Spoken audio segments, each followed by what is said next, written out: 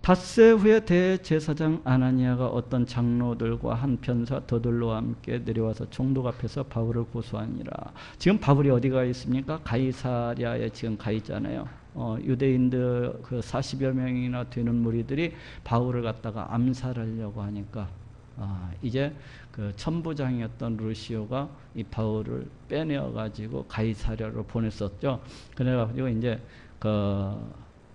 여기에서 이제 닷새 후에라고 하는 것은 바울이 가이사랴에 그 당도한 뒤부터 닷새가 지난 뒤에 그 뜻이에요. 그래서 닷새 후에 대제사장 아나니아가, 이 대제사장 아나니아라는 사람은 AD 48년에서 AD 56년까지 58년 AD 58년까지의 그 대제사장입니다. 이 사람도 역시 마찬가지로 대제사장이 된 것은 어떤 믿음이 있어서 된 것이 아니라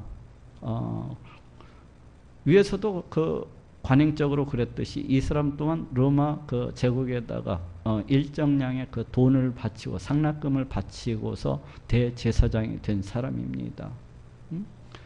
어떤 뭐 큰 믿음이 있어서 율법에 따라서 이렇게 된 사람이 아니에요. 그러다 보니까 이 사람 또한 자기가 투자한 것만큼 또 뽑아내야 했기 때문에 성전을 갖다가 그 사업토로 삼아 가지고 거기에서 많은 수익을 갖다가 이렇게 거두어서 또 일정 부분을 갖다가 그 윗선 로마 그 관리들한테와 같이 상납을 하는 그런 구조 속에서 제사장 역할을, 대제사장 역할을 갖다가 해나가고 있는 사람입니다.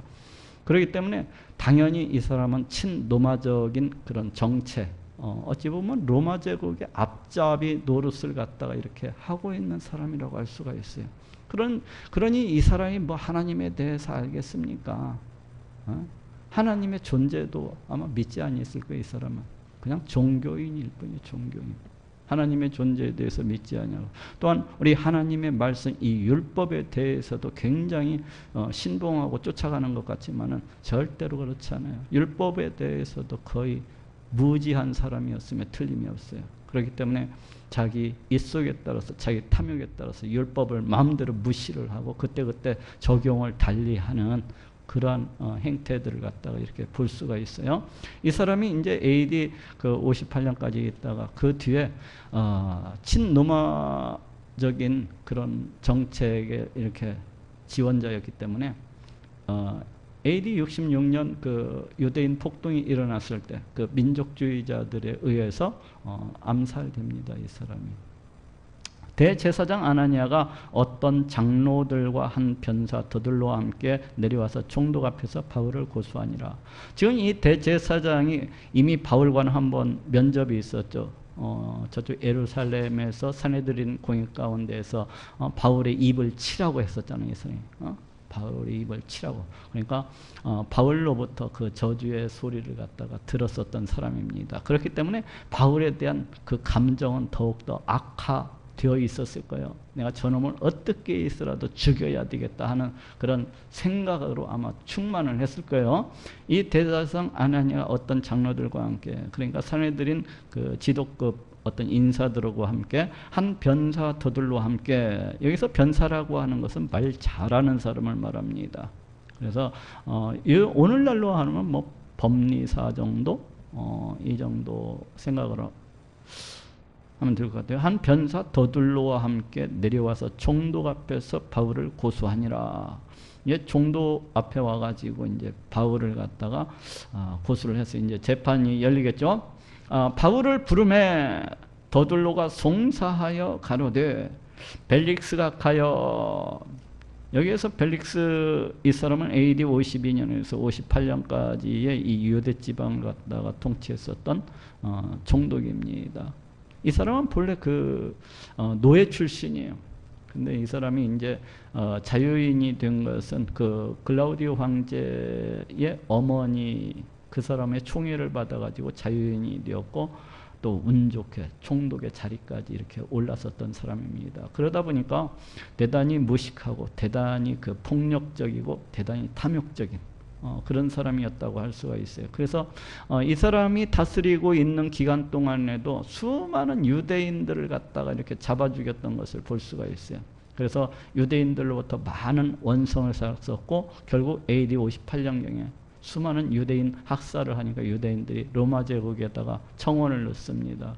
우리는 이 사람 밑에 도저히 못 있겠습니다. 그래서 AD 58년경에 소환을 받고 쫓겨나게 됩니다. 벨릭스 각하여, 여기서 각하라고 하는 것은 윗사람에 대한 어떤 존칭이라고 할 수가 있어요. 각하여 우리가 당신을 힘입어 태평을 누리고, 지금 더둘로 그 말 잘하는 사람이 지금 고수를 하고 있는 겁니다. 당신을 힘입어 태평을 누리고, 유대인들하고 그 감정이 별로 좋지도 않은 사람이잖아요. 이 사람이 유대인들을 갖다 얼마나 많이 잡아 죽이고 그랬습니까? 근데 뭐 지금 그 앞에서 온갖 아첨을 갖다가 이렇게 다 떨고 있는 것을 볼 수가 있어요. 우리가 당신을 입어 태평을 누리고, 무슨 태평을 누리고 있습니까? 원성이 가득하고 불만이 가득하고 그랬을 텐데, 또 이 민족이 당신의 선견을 인하여, 선견이라는 것은 애견, 뭐 애지 이런 것이겠죠. 그게 그 사람의 어떤 앞날을 보는 그런 안목, 뭐 이런 것이겠죠. 그것을 인하여서 여러 가지로 개량된 것을, 개혁된 것을 우리가 어느 모양으로나 어느 곳에서나 감사무지하옵나이다. 야, 바울을 갖다가 어떻게 해서라도 죄를 갖다가 정하여서 죽이려고 지금 온갖 아첨을 갖다가 다 이렇게 떨고 있는 모습을 볼 수가 있습니다. 당신을 더 괴롭게 아니하려 하여. 그러니까 바울에 대해서 세세히 그 재판장 앞에서 세세히 이야기를 다 할 것 같으면 그 듣고 있는 사람, 그 벨릭스가 얼마나 힘들겠어요. 그러니까 더 괴롭게 아니하려 하여. 그런데 이게 보통 재판 시에 송사할 때 그냥 관례적으로 쓰는 용어라고 할 수가 있어요. 상관 앞에서 우리가 대강 여짜옵나니, 간단히 여짜옵나니 관용하여 들으시기를 원하나이다. 너그럽게 들어주시기를 원하나이다.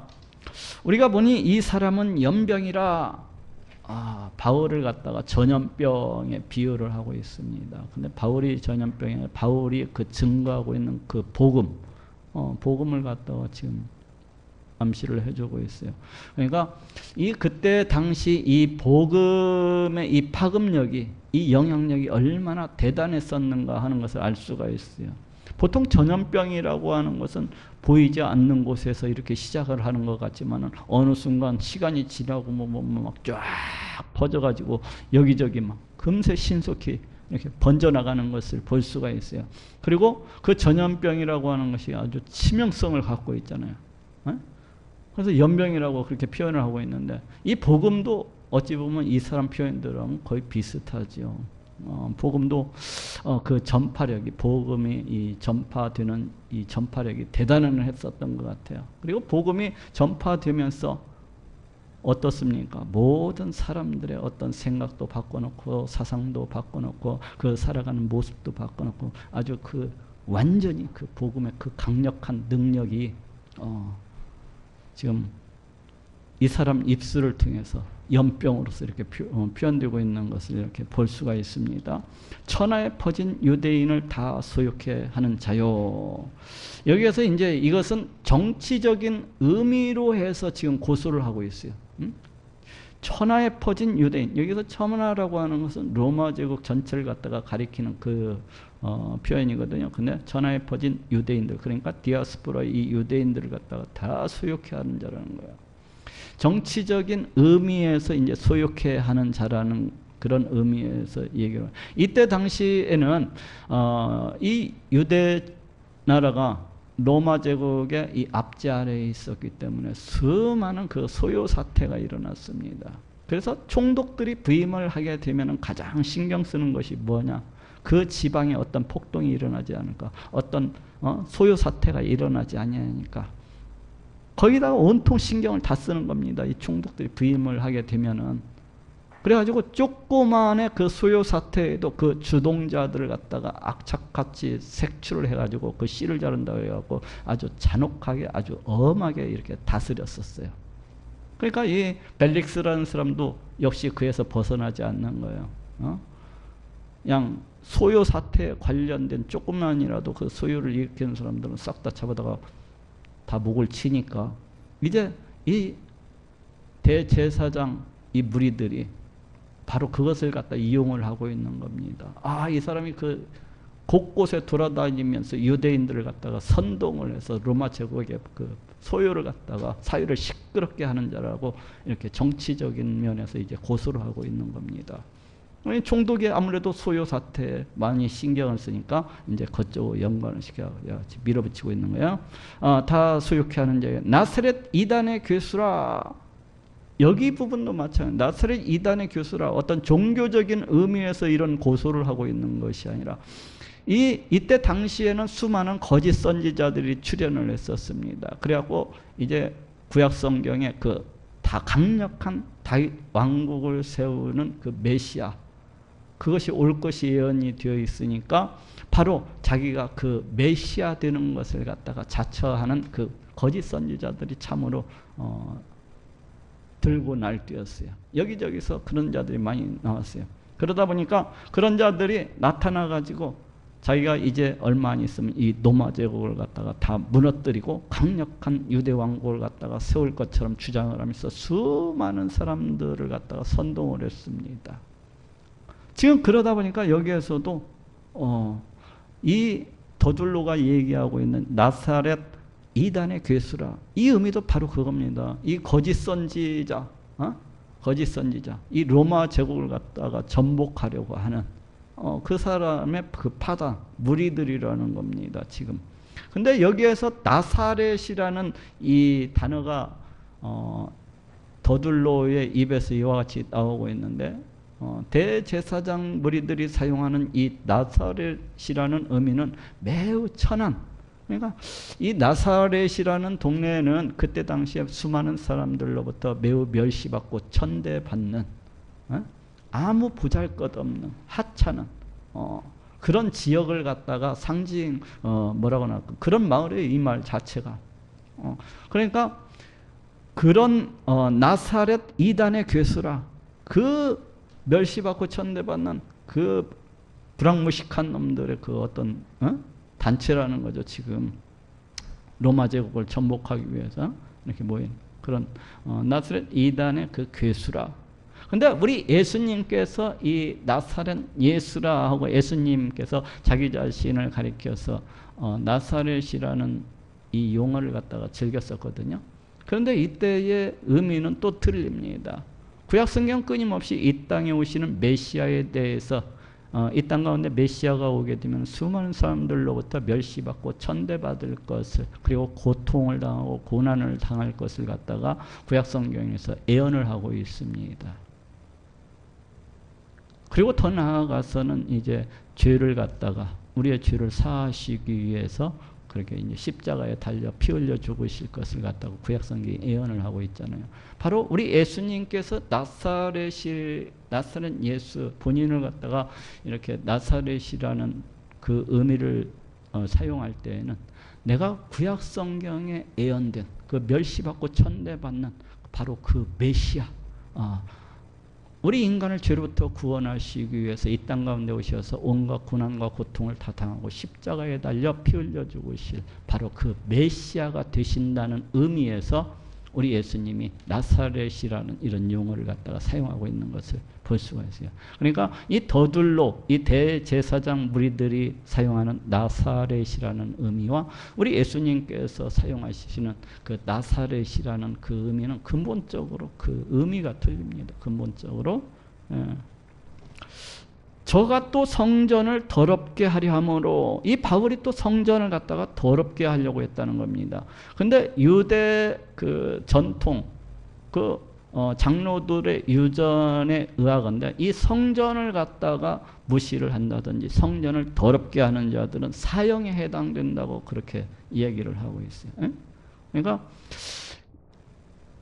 바울도 말하자면 성전을 더럽게 했기 때문에 사형받아 마땅하다는 그런 얘기잖아요. 근데 유대 민족이 이때 당시에는 로마 제국의 그 압제 아래에 있었기 때문에 성전을 더럽게 한 자일지라도 그 사람을 갖다가 처형하기 위해서는 반드시 로마 정부의 그 허락을 받아야 됐어요.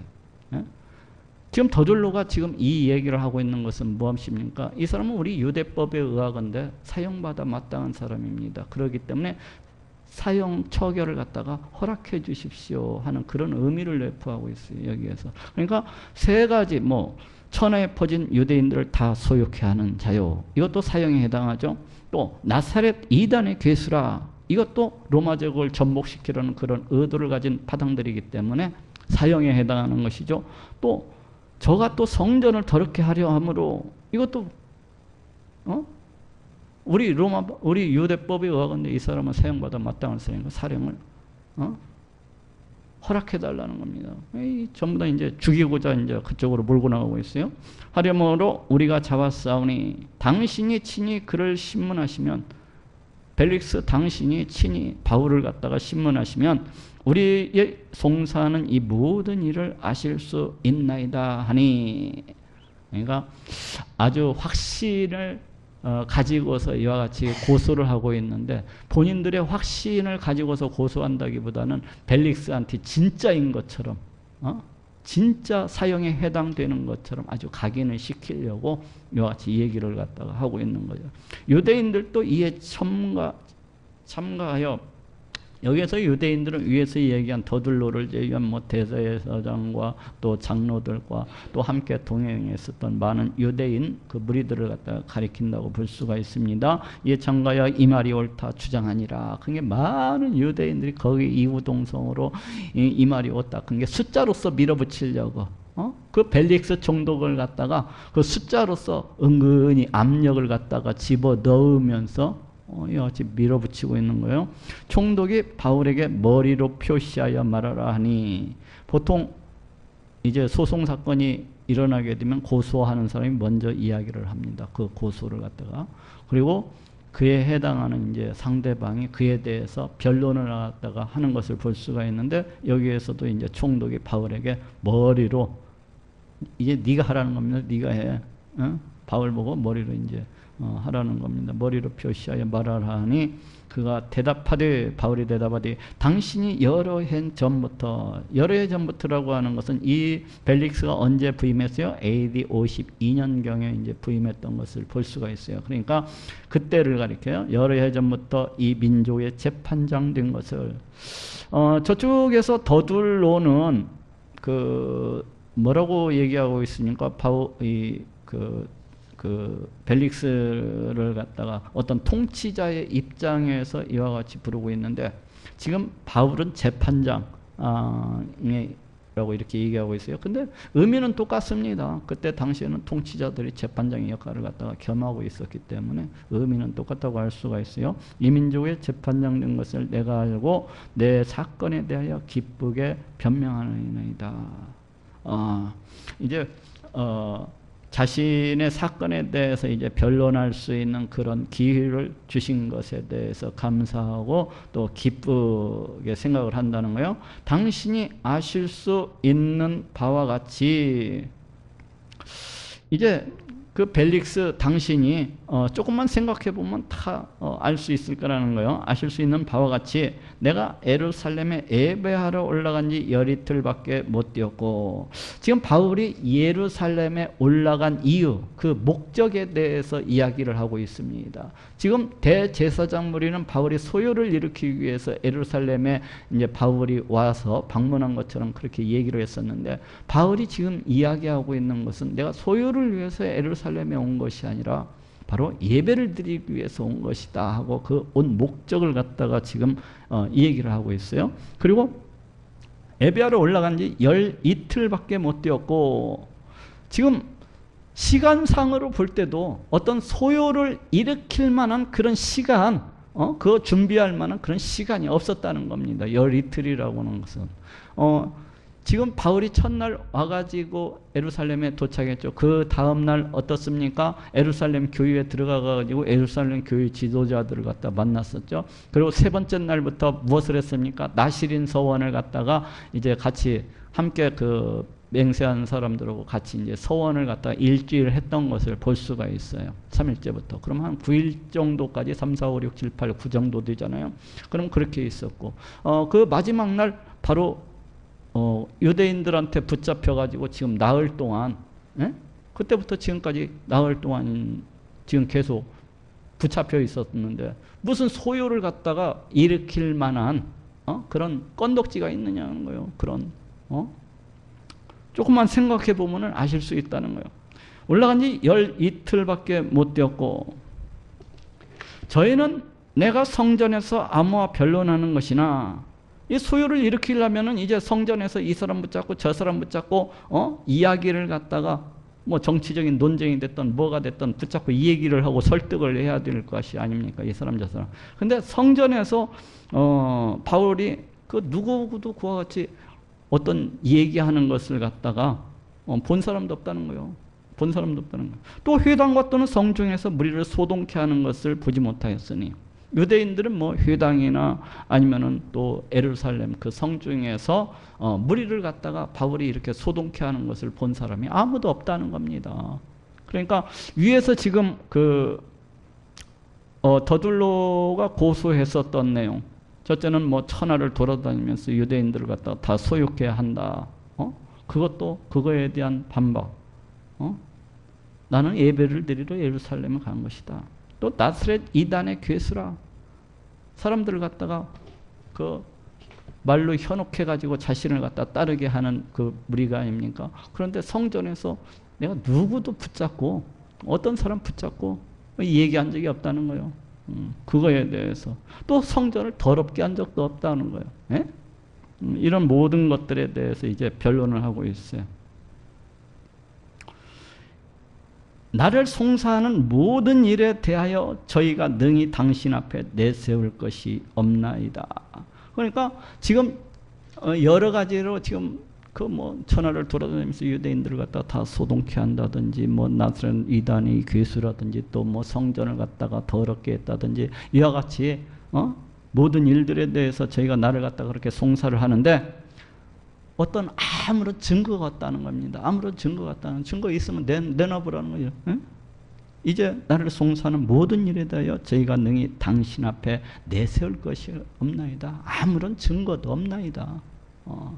이렇게 바울이 자신에 대해서 이 대사장 무리들이 고소하는 사건, 고소하는 것들에 대해서 자기가 이렇게 변론하고 있는 것을 볼 수가 있습니다.